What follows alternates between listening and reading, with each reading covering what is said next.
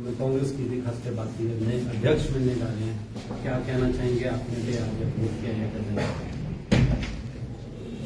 हमें बहुत खुशी है कि कांग्रेस अपने जो हमारा प्रजातांत्रिक प्रणाली है उसके तहत अध्यक्ष का चुनाव के आज वोट डाले हैं।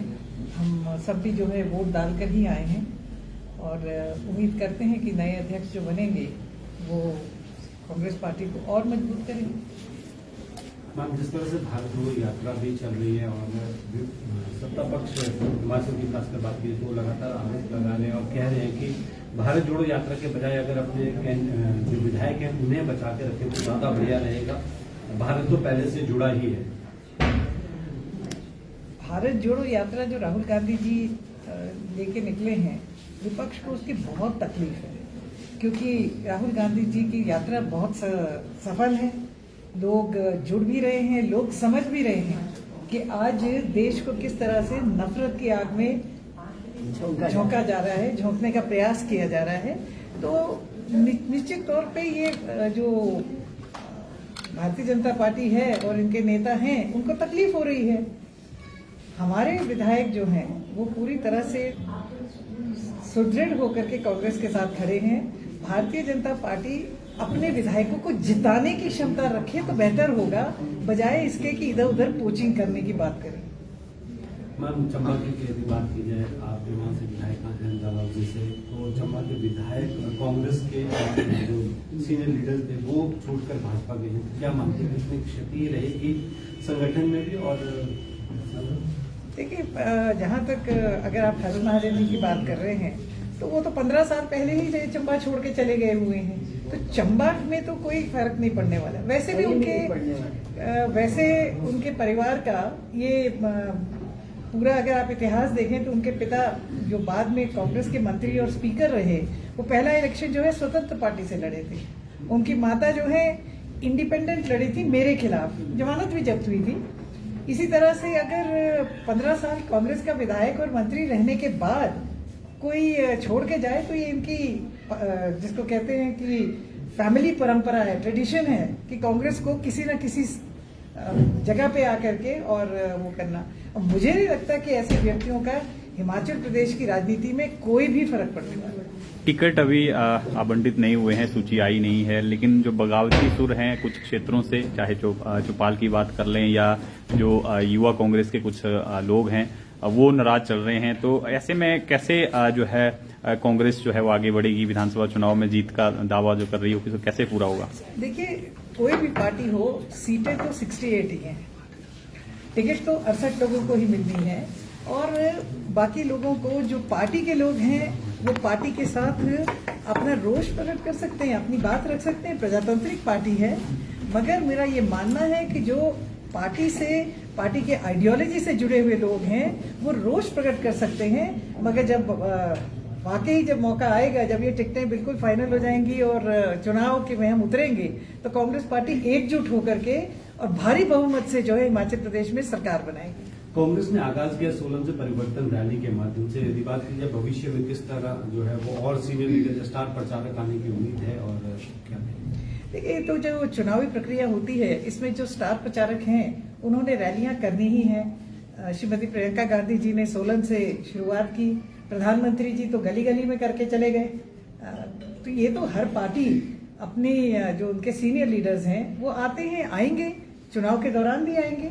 अभी स्टार प्रचारकों की लिस्ट नहीं आई है, जैसे ही लिस्ट आएगी उसके बाद में, और जब निश्चित तौर पे अभी नामांकन नहीं हुए हैं, नामांकन हो जाएंगे, नामांकन के बाद विड्रॉल की तिथि जब खत्म हो जाएगी और फील्ड में सब लोग उतर जाएंगे तो निश्चित तौर पर नेता आएंगे।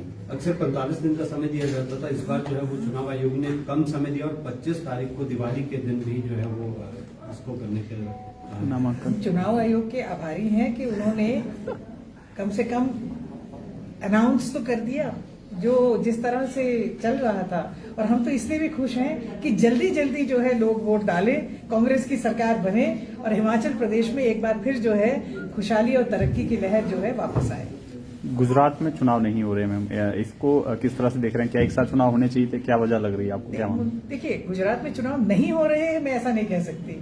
गुजरात के चुनाव की डेट्स अनाउंस अभी नहीं हुई हैं, पर ऐसा लगता है कि जो ये लंबा समय हमारी वोटिंग और गिनती के बीच में है, इसके बीच में शायद गुजरात के ही चुनाव डेट होंगे। जो काउंटिंग की दी है वो बड़ी लंबी बहुत दी लंबी है, तो और इसका पिछली बार भी उन्होंने ऐसे ही किया था। और ये उसी जो इलेक्शन कमीशन का था, जब उनसे पूछा गया, उन्होंने पिछले प्रेसिडेंट की बात की जो इतने सालों से चला आ रहा था, उसकी बात नहीं की उन्होंने कि अब हमेशा इकट्ठे होते थे। जो पिछले साल, क्योंकि मोदी जी की कुछ अनाउंसमेंटें रह गई थी, इस बार भी कुछ रह गई होगी जिनको पूरा अभी करना है, क्या कुछ देना है गुजरात को, उस मॉडल को और कितना उन्होंने सुधारना है, क्योंकि वो तो बहुत बिखरा हुआ है। जो गुजरात के हालात है अगर आप देखें तो वो उनके मुताबिक नहीं है।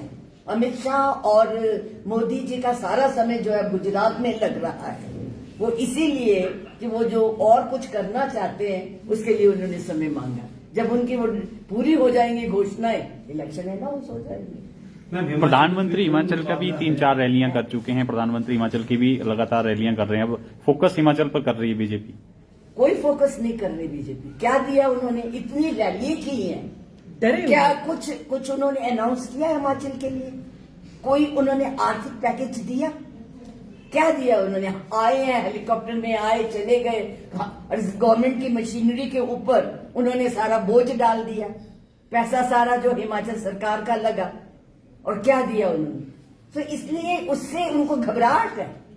हिमाचल के ऊपर फोकस लिए नहीं हो रहा, उनको घबराहट है। उनके पास उनकी रिपोर्ट्स है कि हिमाचल में कांग्रेस आ रही है, इसलिए उनका जो है ज्यादा वो मोदी के नाम पे, क्योंकि जयराम जी के नाम पे तो वोट मिलने नहीं, इसलिए उनको लाया जा रहा है।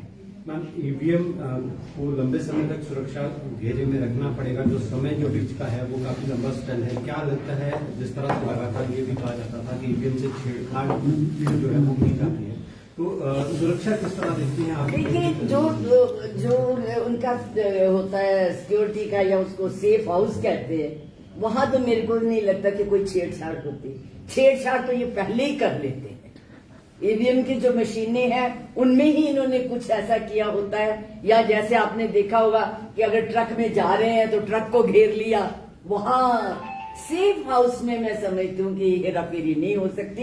ये पहले ही आपने पिछले इलेक्शंस में कौन से प्रांत में देखा, यूपी में ही, कि लोगों ने ट्रक के ट्रक पकड़े कि जो ईवीएम की मशीनों को लेके जा रहे थे। इस तरह से तो ये कर सकते हैं, पर आई डोंट थिंक कि सेफ हाउस में कुछ हो सकता। वैसे भी कांग्रेस के जो कार्यकर्ता हैं वो बहुत सतर्क हाँ। हैं, सजग हैं, और जब पोलिंग स्टेशन से वो मशीन लेके निकलेंगे तो हमारे कार्यकर्ता जो है मशीनों के साथ साथ जब तक सेफ हाउस में नहीं पहुंच जाता उसको छोड़ेंगे नहीं, और वहां भी पहरा देंगे, क्योंकि इनकी नीयत का पता है। इनकी नीयत का भी, इनकी बद नीयत का पता है। ठीक।